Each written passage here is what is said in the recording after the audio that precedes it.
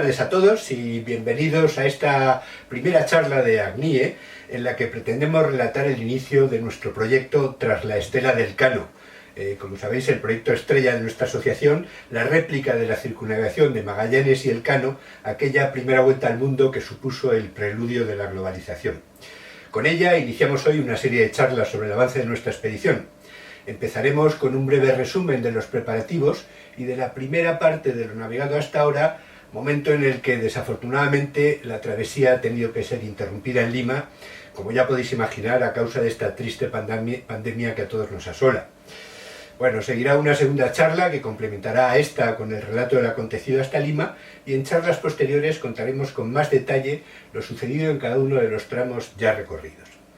Bueno, como sabéis, esta expedición se planificó con una duración total de 3 años, cumpliendo las fechas más significativas de aquella primera vuelta al mundo y dividiéndola en 6 etapas, etapas que a su vez se componían en varios tramos en los que se irían relevando a los tripulantes. A modo de recordatorio, estas 6 etapas, tal como estaban previstas, son las siguientes. Y digo tal como estaban previstas porque han existido ya algunas variaciones a las que ahora me referiré. Bien, aquí podéis ver las sucesivas etapas. La primera, Sevilla-Punta Arenas, con un recorrido de 7.100 millas a navegar y 94 días estimados con los siguientes tramos: Sanlúcar, Tenerife, Río de Janeiro, Montevideo, Buenos Aires, Mar del Plata, San Julián y Punta Arenas. Aquí ya hemos experimentado una de las primeras alteraciones, pues debido a los fuertes inconvenientes burocráticos y al elevado coste del amarre en Punta Arenas, esta etapa acabaría finalmente en Río Gallegos, en la Patagonia Austral, para disgusto, por cierto, de la tripulación de ese tramo que lógicamente anhelaba navegar por el estrecho de Magallanes. La siguiente etapa, Punta Arenas-Papite, con 9.000 millas de recorrido, 106 días de duración, con paradas en Puerto Montt, Valparaíso, El Callao, Guayaquil, Galápagos y Papite. En esta etapa, interrumpida a la mitad, ya ha habido otras 2 modificaciones en los tramos previstos. La primera, el cambio de uno de los puertos de arribada, Algarrobo en lugar de Valparaíso, por recomendación de la Embajada de España en Chile y debido a los disturbios por los que atravesaba ese país antes de la pandemia. La segunda variación ha sido el puerto de destino de Guayaquil. Por las medidas tomadas frente a la extensión de la pandemia, este tramo ha acabado en El Callao en lugar de Guayaquil. La siguiente etapa, que aquí veis, Papite-Santa Isabel, en las Hébridas, con 3.350 millas y 41 días de duración estimada. De todas es la más corta. La etapa 4, Santa Isabel de Denpasar en Indonesia, con un total de 5.750 millas náuticas y 105 días de duración. En esta etapa estaba previsto llegar a Guam, la isla de los ladrones, para Magallanes, en las Marianas, el 6 de marzo del 2021, para participar conjuntamente con el buque escuela Juan Sebastián Elcano en su fiesta nacional, la llamada Encuentro entre Europa y Oceanía, que precisamente este año conmemora su 5º centenario. Y poco después en Mactán, para conmemorar el día de la muerte de Magallanes, el 27 de abril de este mismo año, que se cumplirán 500 años. Pero con la suspensión actual ya veremos si estas fechas son factibles. Será función de cuándo podamos reanudar la expedición y de cómo compatibles esas fechas hoy desconocidas sean con la temporada de tifones en el Pacífico. Bien, la siguiente etapa que veis aquí, del pasar Ciudad del Cabo, 6.900 millas y 143 días de duración que incluye el tiempo en que el PROS estará detenido a buen resguardo durante la temporada de tifones del Índico. Y por último, la etapa 6, Ciudad del Cabo, Sanlúcar, Sevilla, con casi 12.000 millas de recorrido y 200 días de duración total. Bien, en esta etapa, como conocéis, está el desvío por el Caribe, un añadido que desde luego por donde Elcano no volvió, pero nosotros sí lo haremos con el propósito de aprovechar para rendir homenaje a personajes como Blas de Lezo en Cartagena de Indias, a Cortés en Yucatán y a Menéndez de Avilés en Florida, en San Agustín. Ninguno de los tres luego tuvo relación directa con la primera vuelta al mundo, aunque la conquista de México por Cortés fuera coetánea, pero si las fechas son compatibles con la llegada prevista a Sevilla, sin duda haremos ese desvío. Bien, pues como os podéis imaginar, una expedición de estas características no se improvisa. Su preparación se ha desarrollado durante casi 3 años, primero con la participación de técnicos del Instituto de Historia y Cultura Naval para la definición de la derrota, seguido del inicio de los entrenamientos para la circunnavegación y por último con la creación de comisiones de trabajo formadas por socios voluntarios para la preparación de los distintos aspectos relacionados con la circunnavegación. Estas comisiones, que han venido funcionando en los meses previos a la salida de Sevilla, algunas de ellas todavía están activas, han tratado fundamentalmente temas como patrocinios, comunicación, tripulaciones, aspectos médico-sanitarios, análisis de riesgos, alistamiento del barco, logística, oficina de tierra, etc. Como decía, han estado formadas por socios voluntarios que han trabajado con empeño y con ilusión en los distintos aspectos del programa. Bueno, sabemos que muchos de vosotros, muchos de los socios que se ofrecieron para trabajar en estas comisiones, finalmente no fueron llamados para incorporarse a las mismas. Era inevitable. Fuisteis muchos los voluntarios para participar en ellas, pero no podíamos crear comisiones multitudinarias, no parecía práctico, pero habrá más oportunidades. Bien, antes de iniciar la expedición y tras completar 3 meses de cortas salidas a navegar en lo que llamamos entrenamientos para la circunnavegación, de los que luego hablaremos brevemente, el barco pasó por un intenso trabajo de revisión y complemento de equipamiento para la aventura que pretendía. Esta preparación se llevó a cabo en 3 fases. Fue realizado el trabajo en gran parte por socios y tripulantes voluntarios. La primera de esas fases en Alicante, en su base del Real Club Náutico de Torrevieja, y en el varadero de Anjomar, en San Pedro del Pinatar. La segunda en la base naval de Puntales, en Cádiz, donde el barco estuvo atracado por gentileza de la Armada durante 5 semanas. Y la tercera en el arsenal de Las Palmas de Gran Canarias, donde también la Armada cedió el atraque al PROS para los últimos preparativos, desde el 28 de septiembre hasta el 17 de noviembre, que zarparía para Chipiona. Bueno, para aquellos que no conozcáis el PROS, el velero con el que estamos realizando esta expedición se trata de un Irwin 68, un queche de 21 metros de eslora y 5,30 metros de manga, ya veterano, pero de sólida construcción en fibra, altas cualidades marineras y con capacidad para 10 tripulantes alojados confortablemente. Bueno, he comentado antes que nuestro proyecto pretende replicar el viaje de Magallanes y Elcano, pero la realidad es que así dicho suena un tanto pretencioso.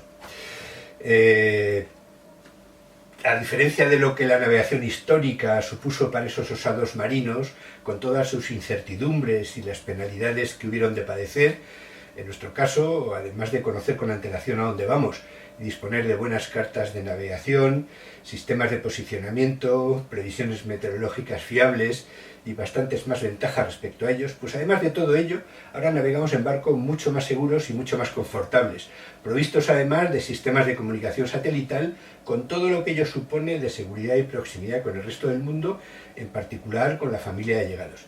Así que de réplica en el sentido estricto de la palabra, pues más bien poco, y afortunadamente. Pues bien, tal como estaba previsto, completada ya la primera fase de los trabajos de preparación, el pasado 10 de agosto, justo el día en que se cumplían 500 años de que lo hiciera Magallanes, y tras recibir la bandera de la ciudad de manos del alcalde, quien nos honró con su visita al barco para despedir la tripulación, el PROS soltaba amarras desde el Muelle de las Delicias de Sevilla para iniciar esta aventura. Ahora, en mitad de la segunda etapa, cuando ya se llevaban navegadas 11.100 millas náuticas, es decir, una cuarta parte del total previsto, el proyecto se ha tenido que interrumpir por culpa de esta triste pandemia que sacude al mundo, que a todos nos azota, y en particular en este país. Cuando el barco ya había zarpado desde el Algarrobo, en las proximidades de Valparaíso, en demanda de Guayaquil, donde se prepararía para cruzar el Pacífico, ahí se decidió finalizar ese tramo de manera prematura en Lima y repatriar a toda la tripulación, lo que desde luego no fue una tarea sencilla. Ahora el barco espera amarrado en el Callao a que el fin de la pandemia permita reanudar la aventura. Bueno, dejadme que insista en que esta expedición no se limita a un viaje a vela alrededor del mundo, a pesar de que ello ya es bastante significativo.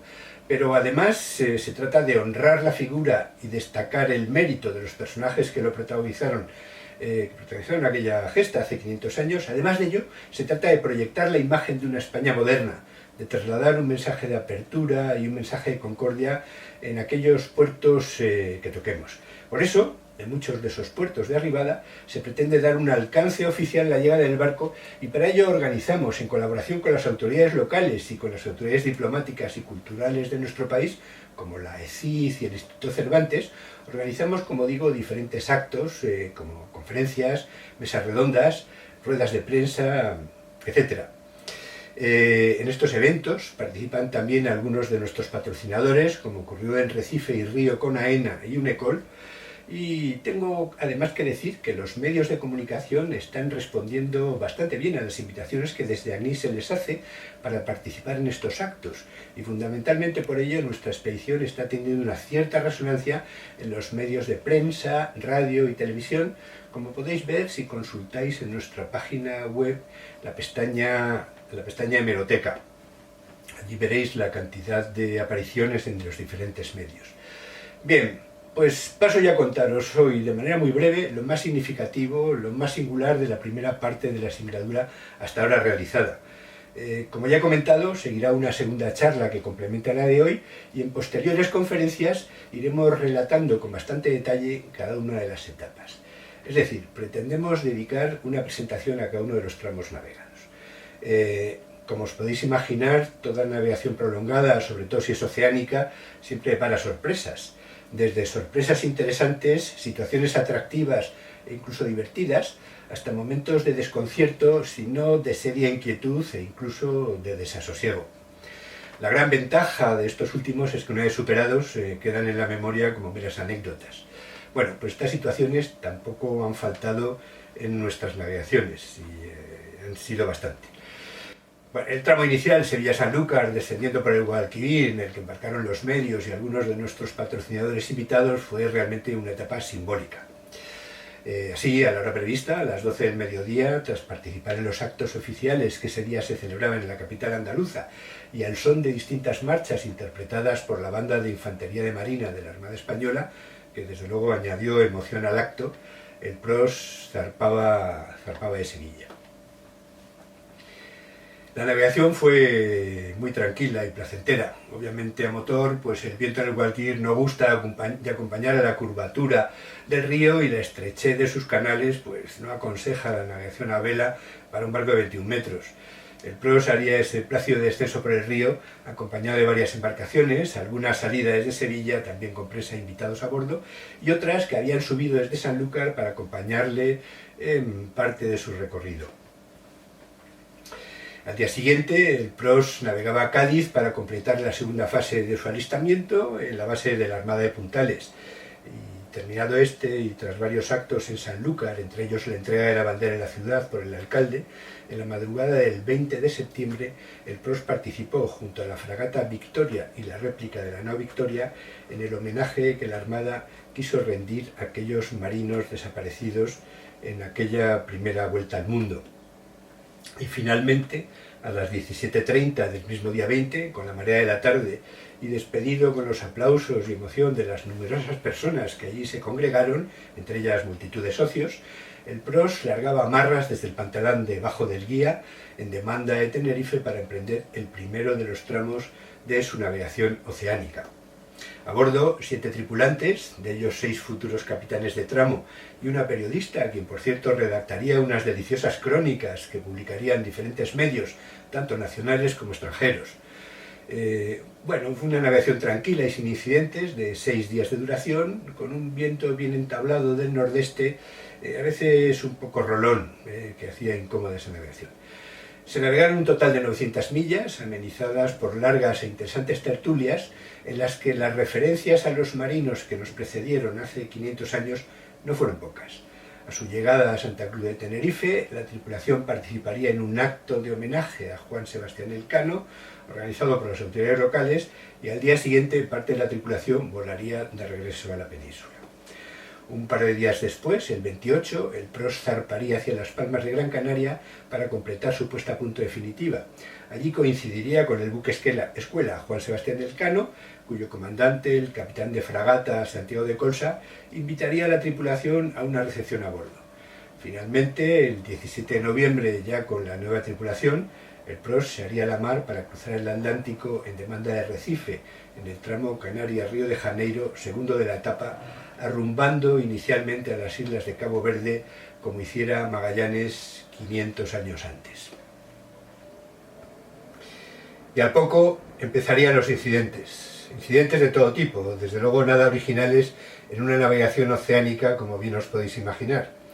Pero eso os lo contaremos ya en la próxima charla, en la que hablaremos de lo que fue la travesía oceánica hasta Brasil y la navegación por ambas costas sudamericanas, tanto la oriental atlántica como la occidental del Pacífico.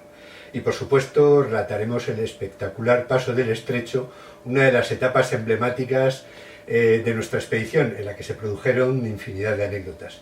Os recomiendo que no os perdáis esta charla. Ahora la prioridad común es tratar de que todos superemos con salud y cuanto antes este triste episodio. El sol saldrá de nuevo y llegará el momento en que reprendamos esta memorable expedición. Muchas gracias por vuestra atención y ahora os dejo con algunos de los protagonistas de nuestra aventura. Gracias.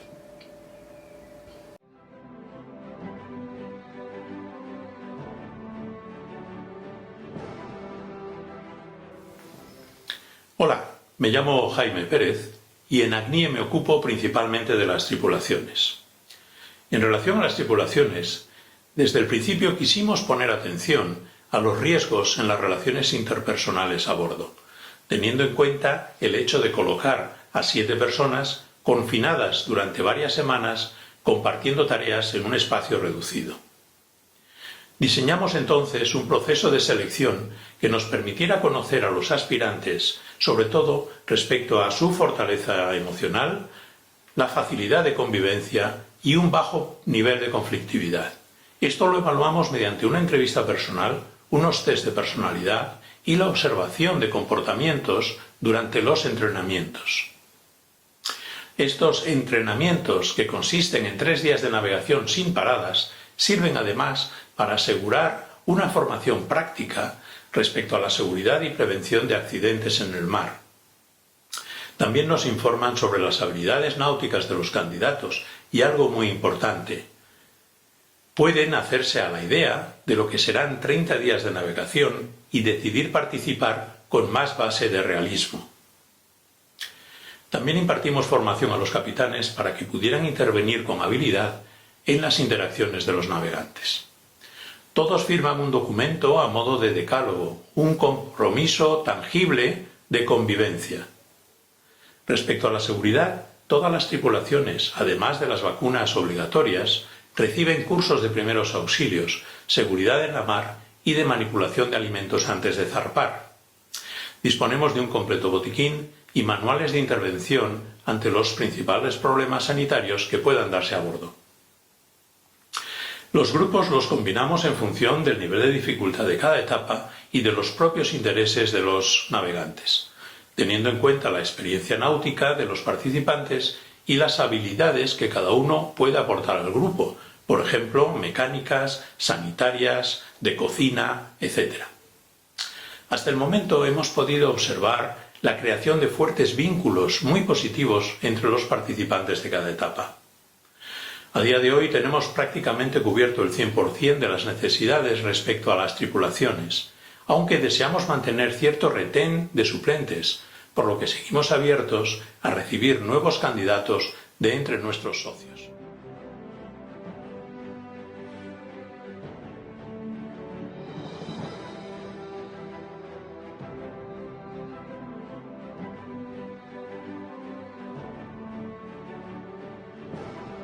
Hola, soy Josian, cofundador de ACNIE y tripulante de la primera etapa. Esta etapa es muy simbólica porque es el comienzo, es la etapa inaugural de la expedición de ACNIE. Es un hecho singular que se produce en el marco de la conmemoración del 5º centenario y que se inicia en Sevilla con toda la pompa de los actos oficiales celebrados por el gobierno. La bajada del río Guadalquivir no es ni larga ni dificultosa, pero sí es muy simbólica y se produce tras la bendición de la bandera del PROS y de buque escuela Juan Sebastián Elcano en la iglesia de Santa Ana, la catedral de Triana, bajo la advocación de la Virgen de la Victoria. En esta iglesia se venera la imagen de la Virgen de la Victoria y ante esta imagen de la Virgen, en agosto de 1519, se hizo entrega de las banderas a las 5 naves de la flota Magallanes Elcano. Delante de la misma imagen de la Virgen de la Victoria, Juan Sebastián Elcano y los 17 supervivientes volvieron el 8 de septiembre de 1522 para darle las gracias a la Virgen por haber terminado con éxito. Sin duda para mí fue muy emocionante empezar la expedición bajo la protección de la Virgen de la Victoria.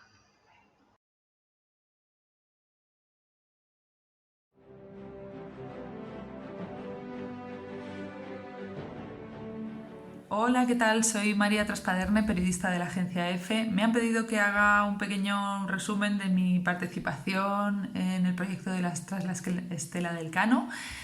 Y bueno, os quería contar que todo empezó en julio del año pasado. Conocí a Juanma haciendo el Camino de Santiago a vela, me encanta navegar y desde el primer momento habló del proyecto y me pareció muy interesante para cubrirlo como periodista. Así que a la vuelta en la agencia EFE les hablé de ello y les interesó mucho que pudiéramos hacerle una cobertura mundial, dado que es un acontecimiento histórico y que no hay muchos proyectos como este en el 5º centenario de la travesía Magallanes del Cano. Desde luego me parece apasionante y cada día me interesa más. Estuve 6 días con ellos navegando de Sanlúcar a Tenerife y fue una experiencia maravillosa. Me encantó poder grabarla en vídeo, poder escribir sobre ella y poder convivir con unas personas pues que os voy a decir, que me cuidaron muchísimo y con las que estuve muy a gusto y pasé unos días fantásticos.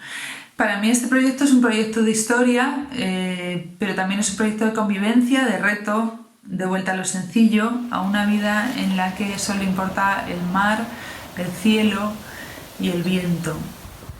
Yo sé que ahora son tiempos inciertos, estamos todos bastante a la expectativa, pero espero que este proyecto pueda continuar porque creo que es un proyecto que celebra la historia, que celebra un acontecimiento histórico muy importante y seguir con ello pues demostrará que la historia se celebra y que la historia también ocurre, como está pasando ahora. En este caso fue el comienzo de la globalización gracias a la vuelta al mundo que consiguieron dar Magallanes y Elcano y ahora mismo se está cuestionando esa globalización con todo lo que nos está pasando, así que seguramente es el mejor momento para que continúe y para que podamos seguir hablando de ella también en la agencia EFE. Muchas gracias a todos, un beso también a Pepe Sola y espero veros muy pronto.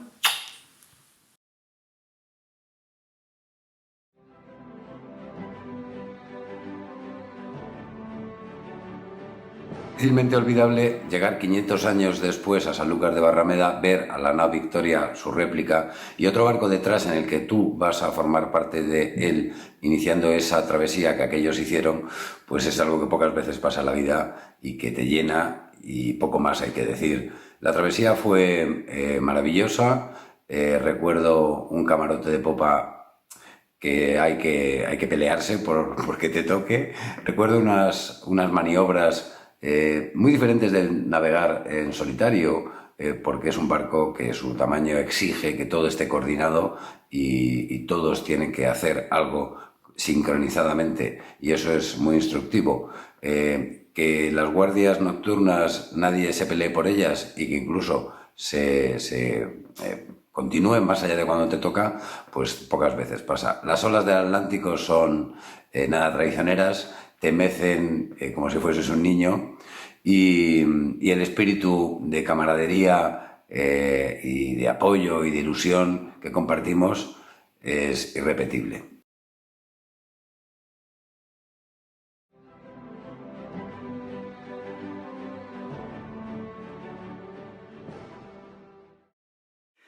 La Oficina de Tierra da soporte al PROS y le aporta información meteorológica y de avisos marítimos y gestiona necesidades que surgen en su derrota.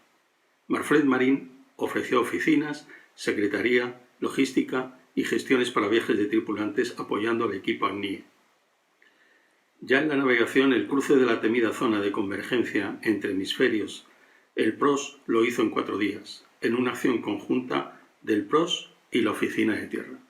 Surgieron las primeras averías, el piloto automático, la nevera y el herraje del pajarín, y tuvimos que buscar talleres y concesionarios que las fueran resolviendo en escalas sucesivas. Unecol apoyó en escalas brasileñas y disfrutamos de condiciones ventajosas de atraques.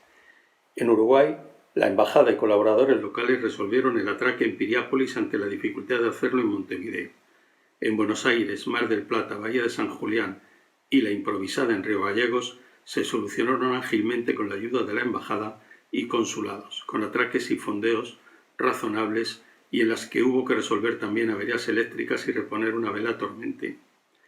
La escala inicial era en Punta Arenas, pero dificultades administrativas desconocidas de enjundia, con impactos de costes exagerados y no previstos, y navegando el PROS a su altura nos llevó a decidir la escala en Río Gallegos, donde se procedió a hacer combustible y abarrote hasta Puerto Montt. El tramo final del paso del Estrecho de Magallanes, con el anuncio de una tormenta con vientos de más de 40 nudos y rachas de 70, obligó a localizar urgente una bahía protegida de los vientos del noroeste para aguantar el temporal. Se eligió la bahía de Tili como fondeadero seguro para soportar el temporal. Al largar el ancla y su cadena en condiciones adversas y con gran calado, algo rompió en el molinete que lo dejó inservible y tuvo que ser levada a mano. Tuvimos que localizar al fabricante e intentar conseguir los planos y en la escala en Puerto Montt se desmontó para encargar la fabricación de las piezas rotas. El panel de control de la nevera se obtuvo en Barcelona y se envió con uno de los tripulantes. Los atraques en Puerto Montt y Algarrobo fueron facilitados por la Armada chilena. La siguiente escala era Lima, previa a Guayaquil, pero como es conocido, la pandemia COVID-19 obligó a interrumpir la expedición. Gestiones de la Armada española con la peruana facilitó dejar el PROS a buen recaudo en la Escuela Naval del Callao. La ayuda, de nuevo, de la Embajada y su agregado de defensa facilitó repatriar a finales de marzo a la tripulación que volvió a Madrid sana y salva. En este periodo obligado de espera, estamos ya trabajando en el día después, previendo la lista de trabajos en el barco y varada y preparación para la gran travesía del Océano Pacífico, que en su día fue español, cuando la COVID-19 nos lo permita.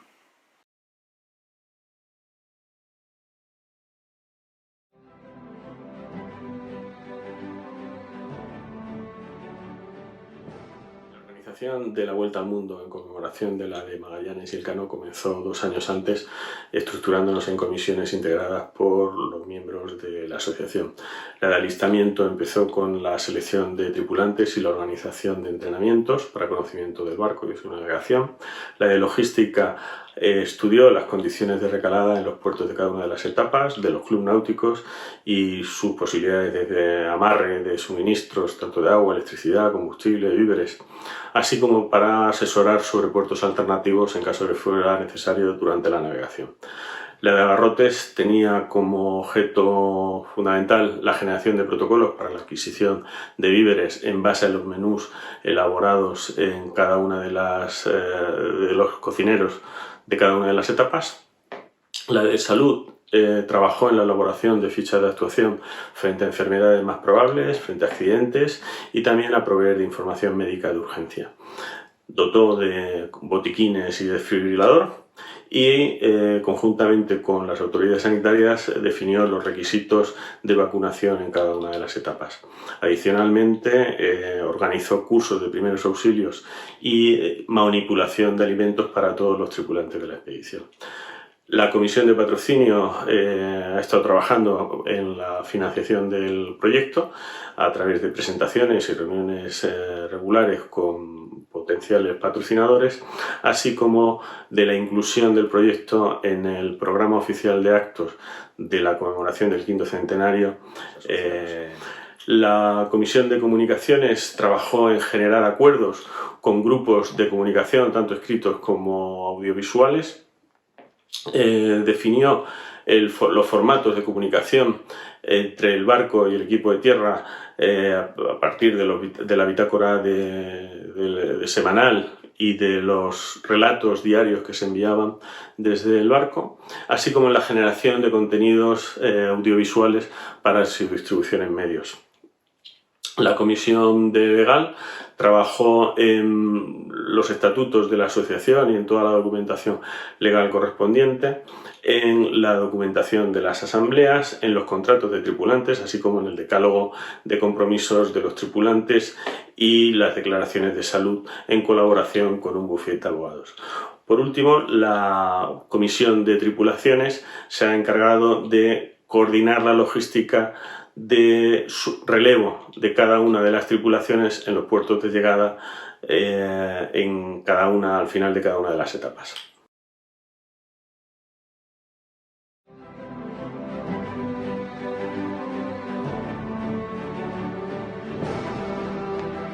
Hola a todos, mi nombre es Dulce, alias la Larguirucha, que un día se alargó a Sevilla y ya no pudo parar hasta Sanlúcar, Recife, Río y toda la costa atlántica, con la misma motivación que compartimos todos de acompañar y apoyar al PROS, pero desde una perspectiva diferente, la de tierra.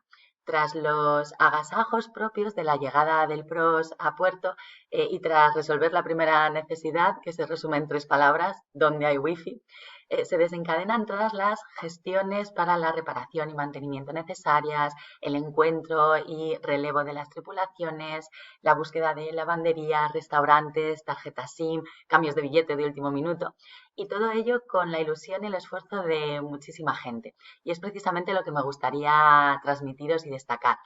Todos esos patrocinadores, instituciones, conocidos, desconocidos, que pasan por allí y apoyan el proyecto, pueblos enteros organizando eventos para que la llegada del PROS sea extraordinaria, qué duda cabe que todos ellos son una parte fundamental de nuestra aventura. En estos momentos espero que os encontréis bien, vosotros y vuestro entorno, que os cuidéis mucho y os mando un abrazo virtual muy fuerte.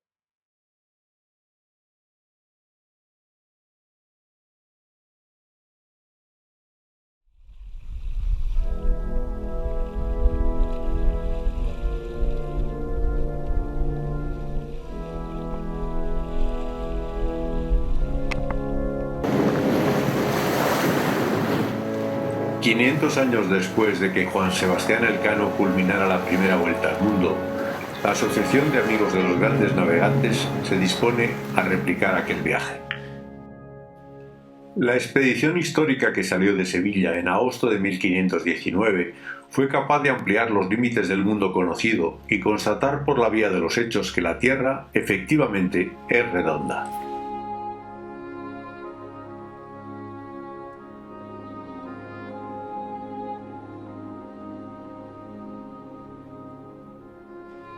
Nuestro objetivo ahora es no solo rememorar aquella hazaña pasada y dar a conocer el papel que con toda justicia corresponde a Elcano en el relato del comienzo de la era moderna. Pretendemos, sobre todo, que el conocimiento del modo en que se fraguó el inicio del proceso de globalización sirva para ampliar y reforzar los lazos que unen a los pueblos de las riberas del Atlántico, el Pacífico y el Índico.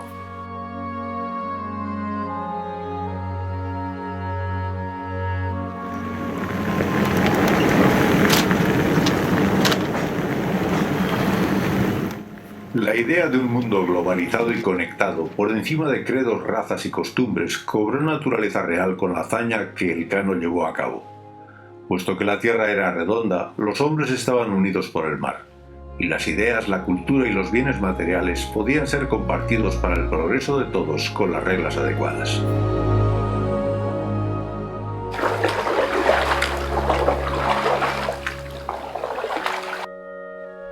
Ese proceso continúa en nuestros días bajo formas distintas, pero el recuerdo de su comienzo es una gran ocasión para reforzar las condiciones de amistad y de confianza que lo impulsen y profundicen.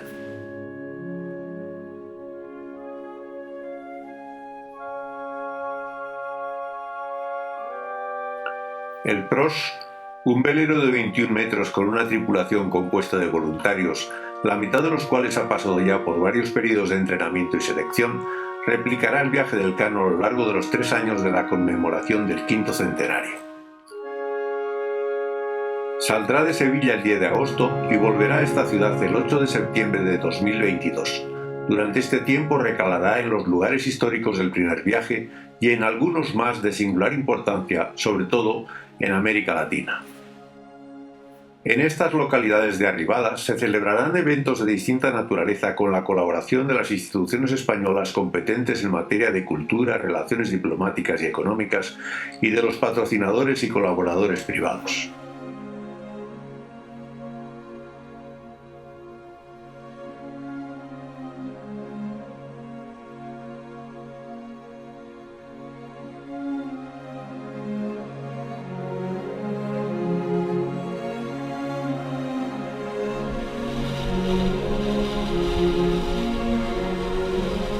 Una singladura como esta, surcando los océanos del mundo, resulta al tiempo una excelente oportunidad para pulsar el estado de salud de los mares. El PROS llevará a cabo la toma de muestras de contaminación por microplásticos a lo largo de su recorrido, que servirá para dotar de información precisa a un estudio científico liderado por el Instituto Español de Oceanografía.